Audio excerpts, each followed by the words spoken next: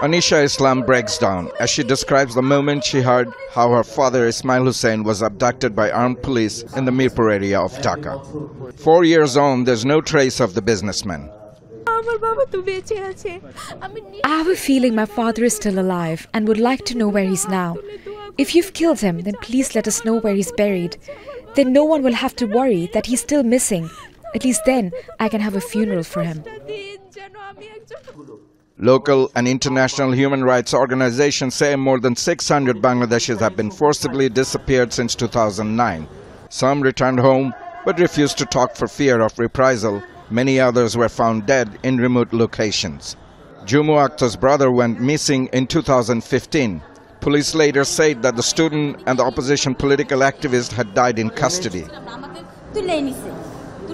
They detained me along with my parents and my brother, who was the main target and ultimately became a victim of custodial torture and death. I was kept in jail after he died for another 6 months. Kalpana and Michael Chakma were protesting voices against the oppression and harassment of the indigenous people in the Chattogram Hill Tracts region. Witnesses say both were victims of forced disappearances by state security forces. We have one demand, that everyone along with Michael and Kalpana Chakma who are victims of enforced disappearances be immediately released. The number of enforced disappearances and extrajudicial killings has fallen significantly since 2021. That was when the US government imposed sanctions on commanders of the Rapid Action Battalion. That's the country's elite anti-terrorism police unit, for rights abuse and their role in enforced disappearances.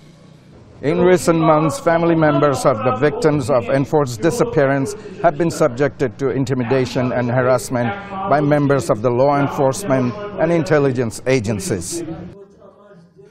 Sanjida Islam's brother was seized by security forces 10 years ago.